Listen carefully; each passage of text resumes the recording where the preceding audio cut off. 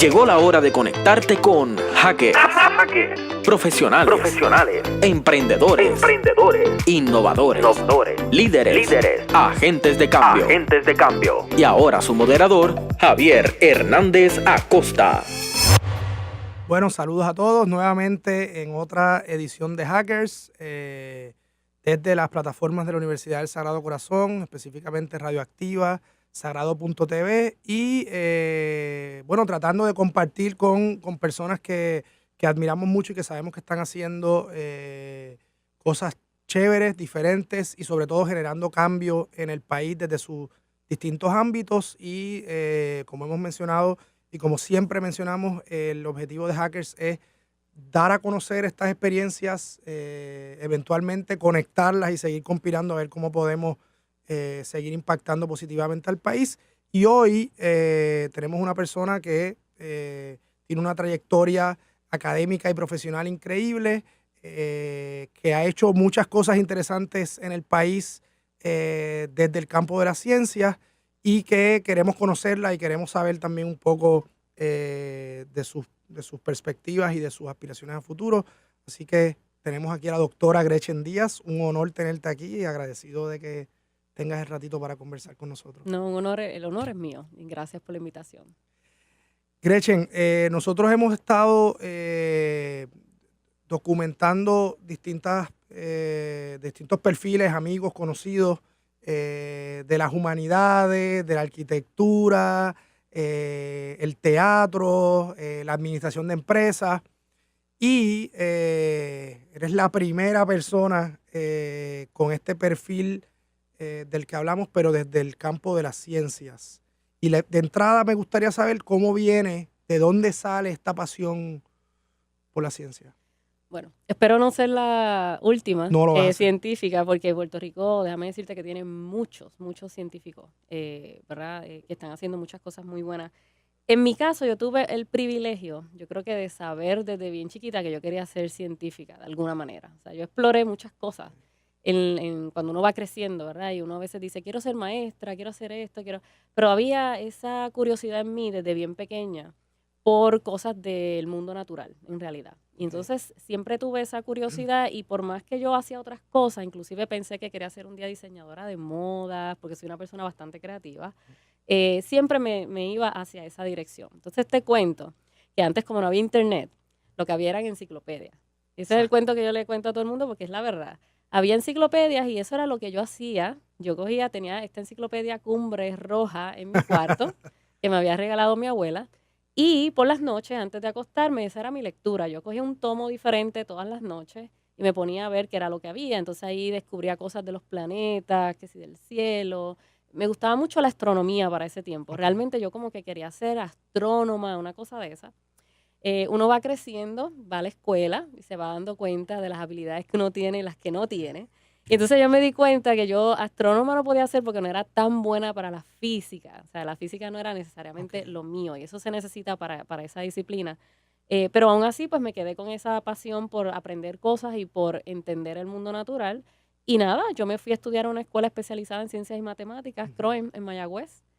Una escuela que yo no conocía, que me hablaron de ella justo en 9º grado y semanas antes del deadline para solicitar. Ah, wow. Entonces yo solicité solo por atreverme a salir de, como uno dice, del barrio.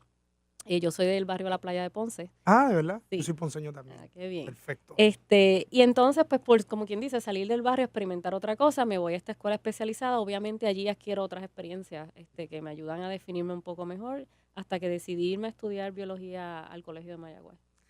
¿Tú siempre estuviste clara en lo que, o sea, desde qué momento te empezaste a visualizar profesionalmente? O sea, ¿siempre fue en la ciencia? Yo diría que sí. Y yo diría que eso es un privilegio. O sea, yo creo que no todo el mundo le pasa eso y está bien. Yo creo que todos los caminos están bien, pero yo sí tuve ese privilegio de saber que por ahí iba la cosa. Yo no estaba tan segura que específicamente de la ciencia o cuando entré al colegio, que específicamente de la biología a mí me gustaba. De hecho, yo entré al colegio, empecé el bachillerato y yo me salí del bachillerato para estudiar diseño de modas.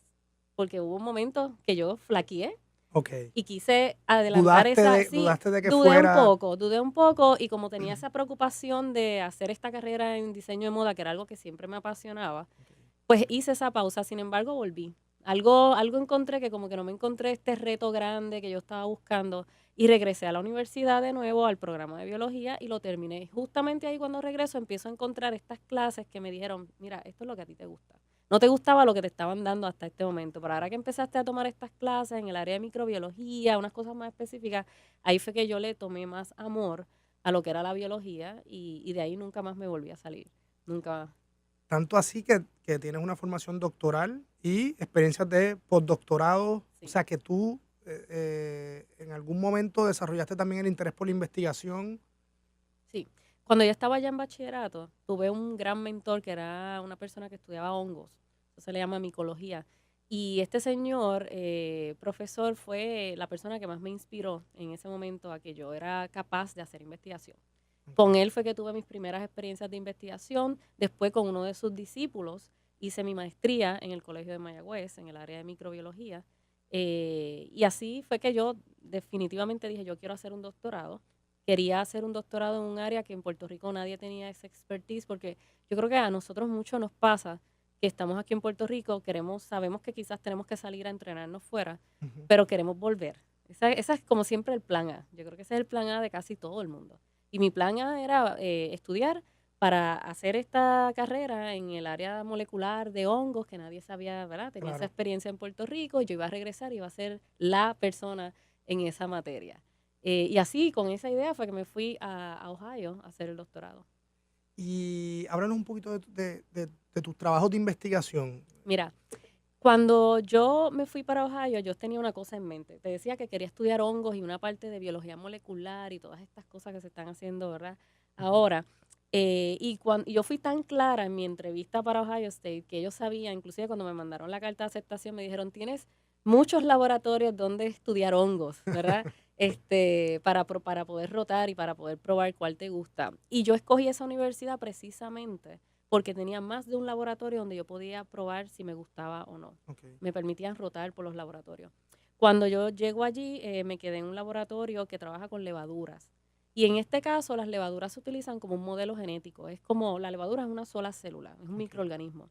Pero es un microorganismo con una célula parecida a la de nosotros, los seres más complejos, humanos, animales, etcétera. Y se utiliza mucho en el campo de la biomedicina para hacer estudios básicos que luego, ¿verdad? Después de aprender un poco con este modelo, pues entonces tú los puedes aplicar o probar en otros modelos un poco más complejos, como ratas y después otros tipos de animales o de organismos, inclusive hasta pruebas clínicas con humanos. O sea que básicamente es esa primera aproximación a muchísimas... Sí. En mi área particular, yo lo que estaba estudiando, las células complejas tienen lo que le llaman un núcleo y tienen proteínas que están allí sintetizándose y haciendo muchas funciones.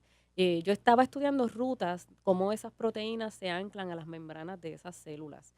Y eso es bien importante porque cuando esas proteínas no están correctamente ancladas a sus respectivos lugares, es que causan enfermedades.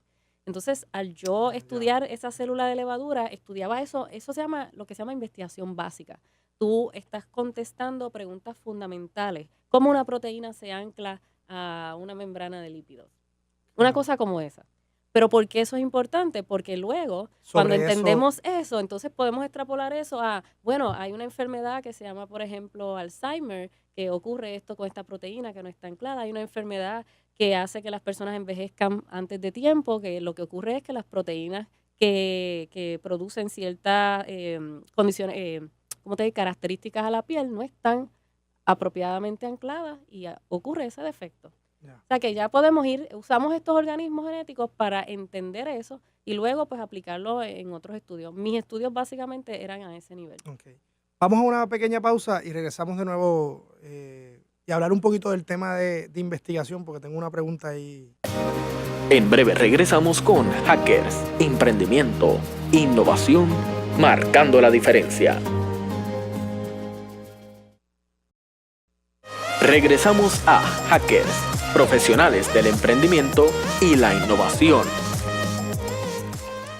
Bueno, Gretchen, hay un detalle interesante sobre el tema de investigación académica en general, y es que muchas veces nosotros queremos contestar esas preguntas que sirvan para la construcción de conocimiento, ¿verdad? El conocimiento se construye sobre conocimiento, pero a veces nos resulta, por lo menos a mí, no sé cuál es tu experiencia, difícil aceptar que realmente estamos haciendo una contribución a algo que posteriormente puede solucionar problemas importantes, pues porque hay que ir poniendo las piezas sobre ese rompecabezas y a veces la gente espera soluciones rápidas e inmediatas cuando realmente esos son procesos más complejos. ¿Cómo tú ves ese panorama de la investigación científica y su impacto? Sí, mira, luego que yo hice mi doctorado, yo me fui a la Universidad de Nebraska, a un centro de virología, para estudiar mecanismos de reproducción del virus del papiloma humano.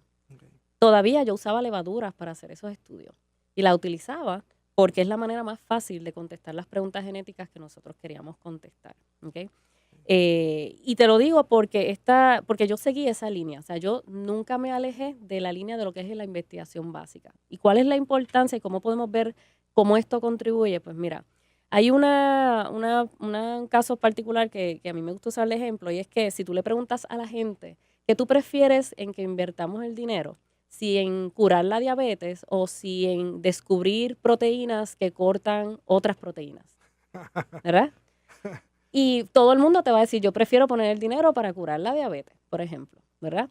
Sin embargo, una manera en que se ha revolucionado la ciencia fue descubriendo precisamente cómo unas proteínas pueden cortar otras proteínas. ¿Por qué? Porque ahora son una herramienta genética poderosísima que cambiaron todo lo que se llama ahora biología molecular en el mundo, y lo que eso dio paso a clonación y a un montón de otras cosas más, no hubiera sido posible si no se hubiera descubierto cómo esas enzimitas cortaban unas proteínas. Claro. Cosas tan básicas como esa. Entonces, la producción de ese conocimiento básico tiene que ir de la mano de la aplicación de los conceptos. O sea, son fases. Yo creo que ninguno es más importante que el otro, simplemente son fases. Además, si te fijas en la historia de los premios Nobel, por ejemplo, en el área de ciencia se dice área de física, área de medicina. Pero cuando tú vas a ver cuáles fueron esos descubrimientos que se están premiando en el área de medicina, son conceptos completamente básicos, que en un momento dado se descubrieron y causaron una revolución en ese campo. Y no vas a ver nunca un premio Nobel a una investigación aplicada. Eso te iba a decir, o sea, también es que quizás el tema de investigación aplicada, experimental, pues es más atractivo porque es más cercano a la mayoría de la población, pero al final todo depende de lo que se aprendió anteriormente, ¿no? Básicamente, realmente, y como todo, hay que tener un balance, o sea, tenemos unas necesidades bien meritorias, unas prioridades, etcétera, pero de nuevo, todos los descubrimientos han surgido de ese tipo de investigación. Digo, y esto lo podemos hablar un poquito más adelante, pero me parece a mí que esa manera de entender cómo funcionan las cosas ayuda muchísimo en otros contextos, a entender el gobierno, a entender el desarrollo de un país, porque al final esto se aplica a todo, ¿verdad? Todos queremos las soluciones inmediatas, nadie quiere hacer el trabajo de base que confirmen, que validen y contesten unas preguntas sencillas. Pero te iba a preguntar, a nivel profesional y ya en un plano más personal, porque sé que mucha gente, muchos estudiantes están interesados en unos campos, están apasionados por unas áreas, pero la realidad es que uno opera en un entorno de presiones externas, familia, amigos. Yo vengo mucho también del tema del arte, y hace unos años me llamaron a dar un taller de emprendimiento a estudiantes de ciencias, y al principio yo decía, pero ¿por qué ciencias si esto no tiene que ver nada con lo más que yo domino, que es el tema del arte y la cultura? Y después cuando empecé a escuchar a los estudiantes, dije, wow, estos perfiles son tan parecidos, somos bien apasionados de lo que hacemos, lo amamos, o sea, lo haríamos aunque no hubiese un centavo, aunque no pudiésemos vivir de él. Hay una profundidad y un interés grandísimo. Entonces vienen las preguntas de, ¿pero qué es lo que tú haces? ¿Y a qué es que tú te dedicas? Yo no entiendo cómo se maneja ese tema. Mira, en mi caso particular, yo soy una persona que también me encantan las artes, la música, la creatividad, todas esas cosas. Yo descubrí que a mí me gustaba la biología molecular. Es una área de la biología que tú no puedes ver con tus ojos. Estas son cosas fisiológicas que están ocurriendo dentro del cuerpo que no se pueden ver a simple vista. ¿Okay? Y para tú poder gustarte eso, tú tienes que tener una mente que guste de lo abstracto completamente. porque tú estás estudiando rutas de metabolismo, rutas genéticas, cosas que no se ven, no se pueden ver como estudiar a árboles o estudiar a pájaros en un bosque. Claro. Es bien diferente. Entonces, en ese caso particular, yo te puedo decir que los científicos en su mayoría de los que yo conozco son bien creativos en esa línea de los artistas. Yo creo que los científicos son como artistas de la ciencia, porque son personas curiosas, personas que tienen 1000 preguntas y lo que están es pensando cómo la soluciono, cómo yo le busco una solución a esta interrogante, a este problema que yo tengo. Y te digo una cosa, a nosotros los científicos nos entrenan para pensar y nos pagan para pensar. A mí cuando me dicen no pienses mucho, yo digo, I'm so sorry. Yo estoy entrenada para pensar y a mí me pagan para pensar. Y yo creo que es una delicia que a ti te paguen para pensar. ¿Crees que el tema, cómo ves, y sé que el tema no solamente del reconocimiento y valoración de la ciencia, sino que también el rol de las mujeres en la ciencia? Siempre hay ahí unos, ¿verdad? Unos perfiles y unos elementos complejos que manejar. Y creo que tienes hasta un compromiso con esto, ¿no? Sí. Háblame un poquito de eso. Pues mira, yo he sido voluntaria de una organización que se llama Ciencia Puerto Rico por muchos años. Ya nosotros tenemos más de 10 años y yo llevo como 9 con la organización. Hace un tiempo atrás, en el 2014, yo creé un blog que se llama Borinqueña. Y es un blog para no solo la mujer puertorriqueña, sino mujer puertorriqueña y latina en la ciencia y la tecnología. Y la intención era crear una subcomunidad dentro de la comunidad de Ciencia Puerto Rico, que alberga actualmente más de 8,000 miembros, educadores y científicos y estudiantes, para poder hablar de este tema, hablar y resaltar los perfiles, ¿verdad?, de mujeres en la ciencia y la tecnología, y también de los retos que todavía enfrentan las mujeres en la ciencia y la tecnología. Una cosa en que Puerto Rico es bien agraciado y quizás mucha gente no sabe, es que nosotros no tenemos ninguna desventaja en términos de niveles de estudiantes y de mujeres preparadas en el área de ciencia. ¿Cómo lo tiene Estados Unidos? Estados Unidos lo tiene y otros países lo tienen, Puerto Rico no. Esa diferencia entre hombres y mujeres, que hay más hombres estudiando ciencia o preparándose para ciencia, Puerto Rico no tiene ese problema. Nosotros estamos muy bien. Tú vas al salón de clase y ves la mayoría de mujeres en los salones de ciencia. El problema que nosotros sí tenemos todavía es que cuando tú vas llegando a los niveles más altos, desde doctorado, postdoc, posiciones académicas y posiciones de alto rango, tú vas viendo la disminución de la representación de mujeres en esas áreas. Entonces todavía hay una problemática que resolver, más allá de que las mujeres estudien ciencia, se gradúen, pero cuando van a ejercer, hacia dónde pueden llegar y si pueden romper ese techo de cristal, ahí es que todavía estamos enfrentando problemas. O sea, es algo muy preocupante porque te da a entender que no tiene que ver con la preparación y el acceso inicial, sino ya con decisiones a niveles gerenciales y a niveles de selección que denota un prejuicio directo. Exacto. Esa es una, y la otra que puede también estar aportando es que dentro de ese desarrollo de la mujer en la ciencia no se ha enfatizado lo que es el liderazgo, lo que es, ¿verdad?, la igualdad, sentirte igual ante, ¿verdad?, tu compañero varón, etcétera, etcétera, por muchas cosas. Entonces nosotros en Ciencia Puerto Rico lo que hicimos fue usar ese blog como un mecanismo de poder levantar la voz en ese sentido. Inclusive lo convertimos en una oportunidad para desarrollar actividades presenciales e hicimos una iniciativa con niñas de escuela intermedia para poderlas orientar sobre carreras en ciencia, etcétera, pero ese programa tenía un componente bien particular que era sobre liderazgo. Tenía esa parte donde ellas iban a tener una dinámica y unas cosas que iban a aprender ese día, y para completar el programa tenían que hacer una actividad de liderazgo en su escuela o la comunidad. Y si no lo hacían, no terminaban el programa. Así que nosotros lo que estábamos haciendo era fomentando no solo prepárate en tu carrera científica, sino que también sé líder, ¿verdad? Pule tus destrezas de liderazgo, de trabajo en equipo y de poder impactar a otros mediante lo que tú estás haciendo. Así que ese es básicamente el mensaje que hemos llevado, y el mensaje que yo llevo a las mujeres y a las jóvenes en esa área es simplemente no basta con prepararse en estos tiempos, sino que también hay que manejar esas destrezas de liderazgo y estar dispuestas a hacer de todo un poco.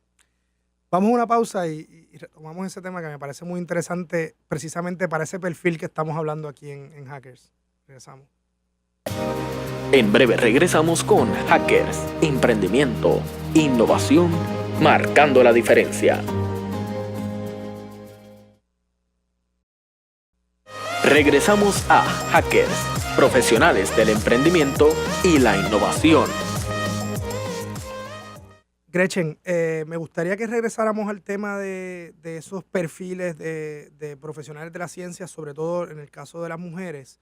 Pero antes de regresar ahí, me gustaría que habláramos un poco de esa experiencia de trabajar con el Fideicomiso de Ciencia y Tecnología, pensando en que a pesar de tener unas universidades con unos programas sólidos en algunos de estos campos, sabemos que el tema de comercialización de desarrollo tecnológico y científico siempre como que pisa y no arranca. A veces por culpa de las universidades que no han creado las infraestructuras necesarias para lograr esto. Quizás para el gobierno no había sido una prioridad previo al desarrollo del fideicomiso y el fideicomiso sabemos que arrancó como medio cojo y no arrancaba precisamente hasta que definitivamente ocurrió esto. Tú tuviste un rol muy importante hasta hace muy poco en ese desarrollo de política pública y de apoyo al desarrollo científico y su comercialización.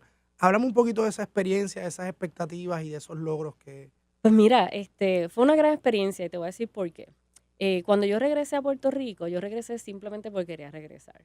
Yo no tenía oferta de trabajo. Yo estuve como unos 6 meses sin trabajar, de hecho, antes de empezar en el fideicomiso. Y era un poco, había tenido unas ofertas, pero era como que no era lo que yo estaba buscando. Y me di esa oportunidad, ¿verdad? Cuando yo llego al fideicomiso, me dan este reto, ¿verdad? De implementar un programa de subvenciones para científicos.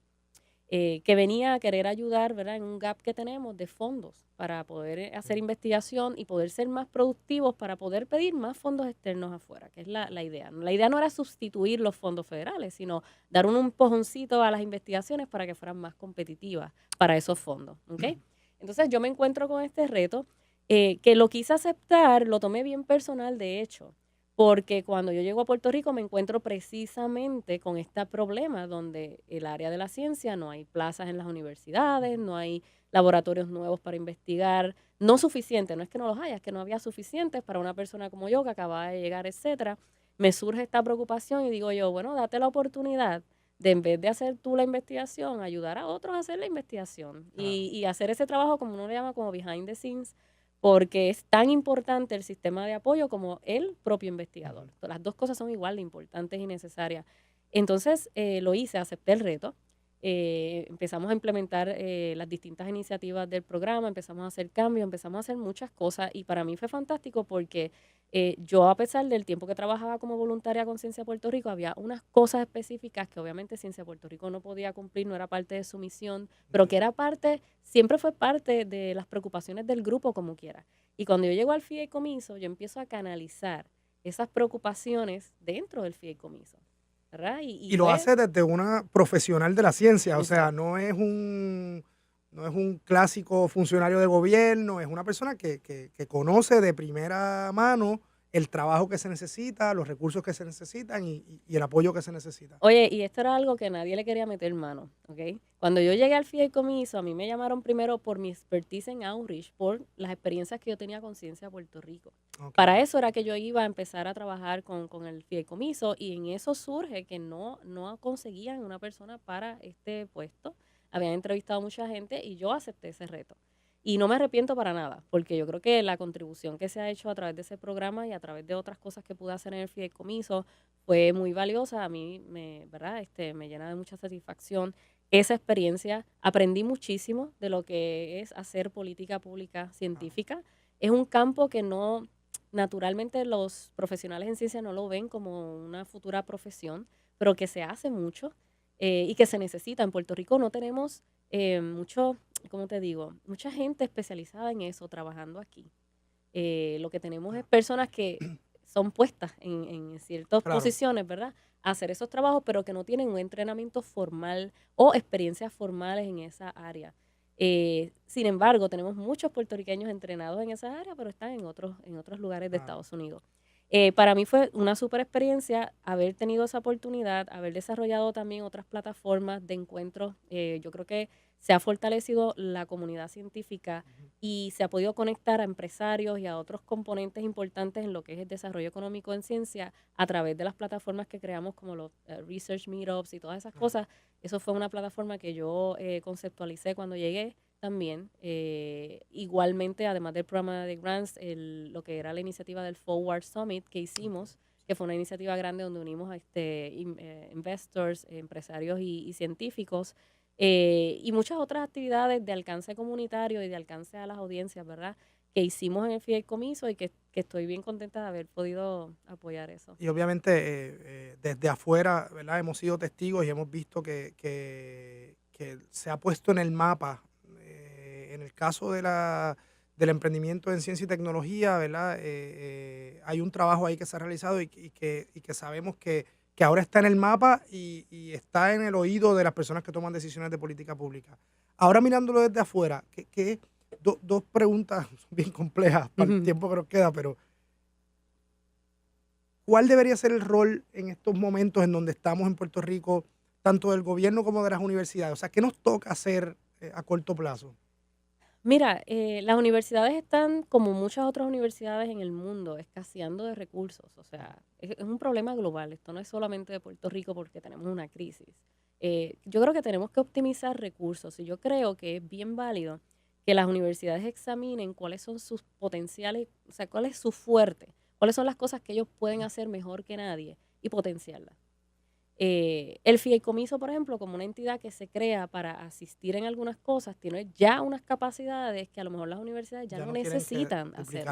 Entonces vamos a dejar que el fideicomiso haga esas funciones y vamos nosotros a dedicarnos a qué complementa, ¿verdad? ¿Cómo nos podemos complementar? Yo creo que ya no hay espacio para repetir, para redundar, nada de eso. Lo mismo en el gobierno tampoco. Y en Puerto Rico pecamos mucho de la duplicidad. Sí, pecamos mucho de eso porque pues tenemos ese problema. Pero las universidades las que quieren ser serias en el área de investigación y de comercialización del área de investigación, tienen que poder separar este renglón de lo que es la política en la universidad, o sea, las politiquerías, todo este tipo de cosas. Eso no va con la investigación. Los científicos no mezclamos con ese tipo de cosas. Entonces tenemos que entender que a lo mejor la universidad necesita buscar unas alternativas que hagan que no importa lo que esté pasando en la universidad, estas investigaciones no se afecten. Yo creo que eso es bien importante.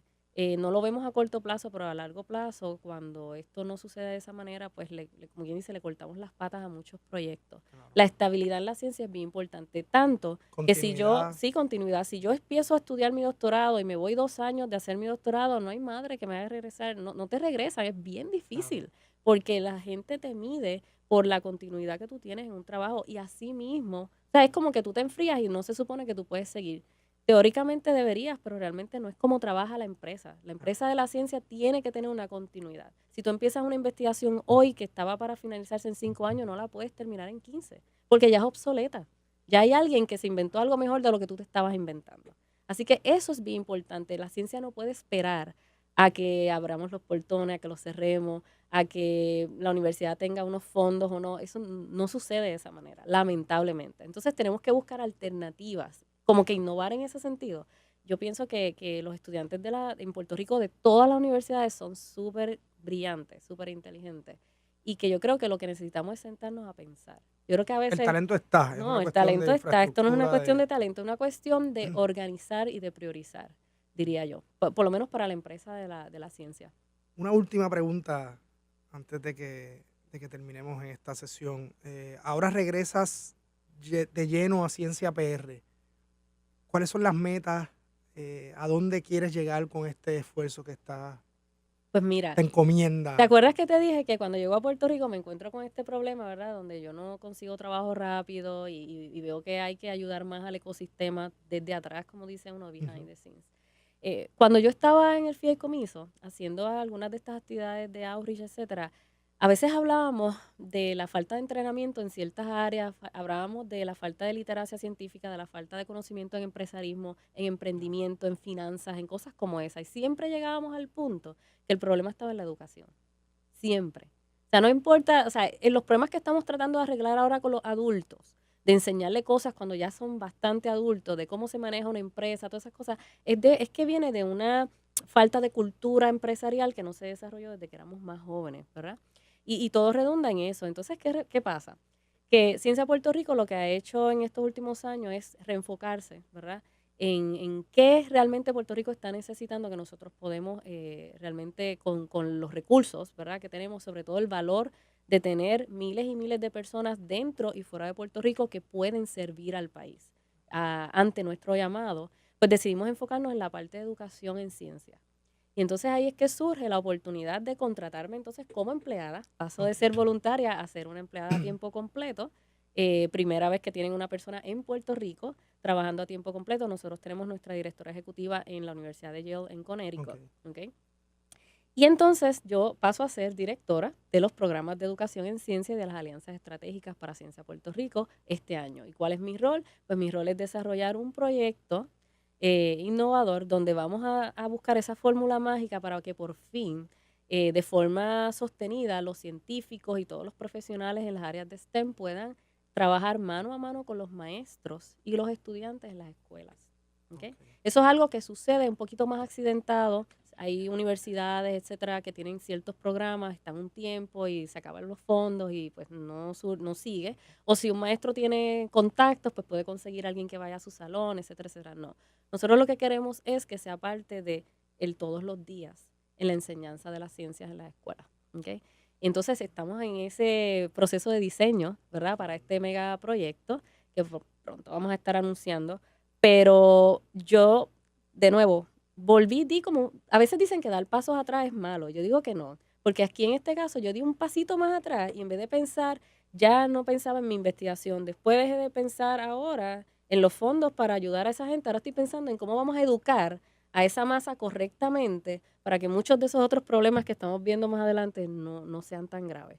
Así que me fui como que a un nivel, como digo, más abajo en la pirámide, pero todavía en la ciencia y todavía que yo creo que ojalá vaya a tener un efecto a largo plazo que podamos ver en esas generaciones de científicos del futuro. Y es interesante porque también necesitamos gente que tenga esa capacidad de alejarse un poco de la inmediatez, pensar en el largo plazo. Y una cosa muy importante que vamos a tener que estar muy pendientes es también cuál es ese nuevo perfil del científico que queremos a futuro, que ya no es solamente un especialista, sino una persona, como tú acabas de mencionar, destrezas de liderazgo, de salir también a entender los recursos que necesita, de poder también emprender. Y creo que eso va alineado con la mirada que estamos haciendo de estos profesionales. Quiero darte las gracias por el tiempo. Vamos a tener que repetir esto y continuar la conversación. Así que gracias nuevamente y esperamos que se repita pronto. No, pues gracias a ustedes. Gracias. Nos vemos en la próxima. Gracias por habernos acompañado en Hackers. La próxima semana los esperamos en un espacio en donde seguiremos en contacto con los profesionales que dejan su huella a través del emprendimiento y la innovación.